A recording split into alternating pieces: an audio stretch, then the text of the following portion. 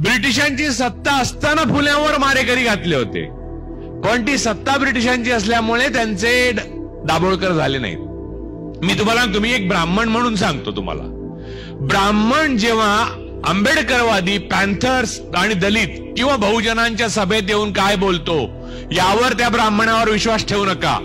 तो 1000 ब्राह्मणांच्या समोर काय बोलतो यावर विश्वास ठेवा। तिथे दादर मध्ये महाराष्ट्राला मुंबई मिळाल्यावर पहिले डॉक्टर बाबासाहेबांचं स्मारक व्हायला पाहिजे, निदान राजर्षी शाहू महाराजांचं व्हायला पाहिजे, छत्रपती शिवाजी महाराजांचं व्हायला पाहिजे, सावरकरांचं कुठून आलं स्मारक? बुलडोज केलं पाहिजे ते पहिल्यांदा। संविधानाच्या विरोधात गेलं की तुमचे वडील पण तुमच्याकडनं काढून घेता येतात, हे तुमच्या लक्षात आज आलं असेल। मनुस्मृती या देशातल्या उच्चवर्णीयांच्या मनातून कधीही पुसली गेली नाही। ताकद आपल्याकडे कमी आहे तोपर्यंत ते चुप्प बसले होते, एवढंच। जेव्हा हिंदुत्व असं म्हटलं जातं तेव्हा ते जातीसहित येतं। हिंदुत्व हे जातीविरहित असू शकत नाही। दुर्दैवाने आज ब्राह्मणवादाची संपूर्ण पालखी बहुजन वाहत आहेत। त्यामुळे प्रॉब्लेम काय झाला, जेव्हा वेळ आली आता मनुस्मृतीची पुनर्स्थापना करण्याची, तेव्हा बहुजनांमधले ओबीसी आणि मराठे सुद्धा ब्राह्मणवादाच्या पालखीचे भोई झालेत। त्यांना तो हिंदुत्ववाद वाटतो आणि धर्मग्रंथांबद्दल बहुजनांना पराकोटीचा आदर का? कारण त्यांना वाचायचा अधिकारच नव्हता, त्यामुळे आतमध्ये काय लिहिलं हे माहित नसल्यामुळे आदर। बरं, गंमत अशी की संविधान हे सुद्धा एक धर्मग्रंथ बनवला, ते आतमध्ये काय लिहिलं ते वाचलं नाही नंतर। त्यामुळे आपली जी परंपरागत सवय आहे, मूळ न वाचताच त्याच्यावर विश्वास ठेवणं, आणि हे काहीतरी पुण्यप्रत पुस्तक आहे, म्हणजे जर काय संविधानासंबंधी पूजा वगैरे निर्माण केल्या असत्या ब्राह्मणांनी तर आतापर्यंत सुरू पण झाल्या असत्या। तुमच्या कुंडलीमध्ये असंविधान योग दिसतोय, त्यामुळे जेलमध्ये जाल, तर ही शांती केली तर तुम्हाला पुन्हा संविधान योग प्राप्त होऊन तुम्ही त्यातून मुक्त व्हाल।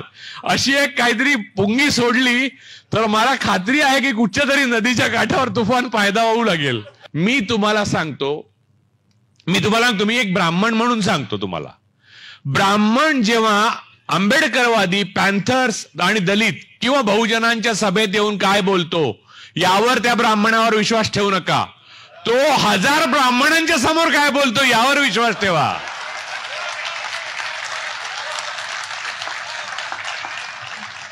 ब्राह्मणांची सत्ता नसते तेव्हा ब्राह्मण वागतो तो खरा ब्राह्मण नव्हे, ब्राह्मणांची सत्ता असते तेव्हा वागतो तो खरा ब्राह्मण।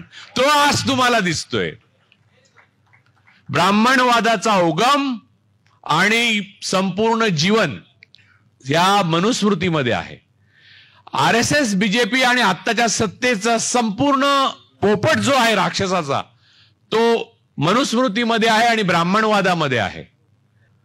त्यामुळे आपण एक अत्यंत गतानुगतिक मध्ययुगीन संस्कृतीचे पाईक आहोत आणि आपल्यामध्ये कोणीही ब्राह्मणवादाचं कुंपण आज तगायत ओलांडू शकलेलं नाही, जे डॉक्टर बाबासाहेब आंबेडकर ओलांडू शकले, ज्योतिराव फुले ओलांडू शकले, छत्रपती शिवाजी महाराज ओलांडू शकले।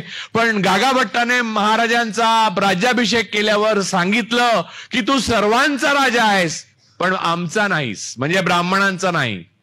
तेच वेदोक्त पुराणोक्त प्रकरणात शाहू महाराजांना पुराणोक्त राजाराम शास्त्री भागवतांनी शोधून काढलं तेच की तू, आणि त्याच्यावर टिळकाने लिहिलेलं आहे तुम्ही शूद्र आहात म्हणून।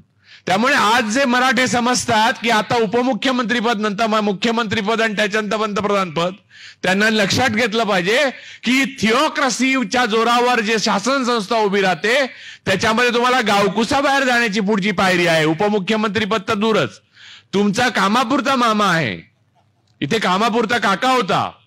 तर मूळ मुद्दा असा आहे की मनुस्मृती ही मनातनं मारली पाहिजे आणि ती पहिले आपल्या मारली पाहिजे। आणि ब्राह्मणावर जोपर्यंत ते ब्राह्मण बहुमतात असताना सुद्धा त्यांच्या विरुद्ध बोलत नाहीत तोपर्यंत विश्वास ठेवू नका। ब्राह्मणवाद नेहमीच कोणत्याही साध्य साधन सुचिता विना खेळत आलेला आहे आणि इथे जर फॅसिस्ट आणि ब्राह्मणिझम यांचं कॉम्बिनेशन आहे, दिस इज डेडली कॉम्बिनेशन।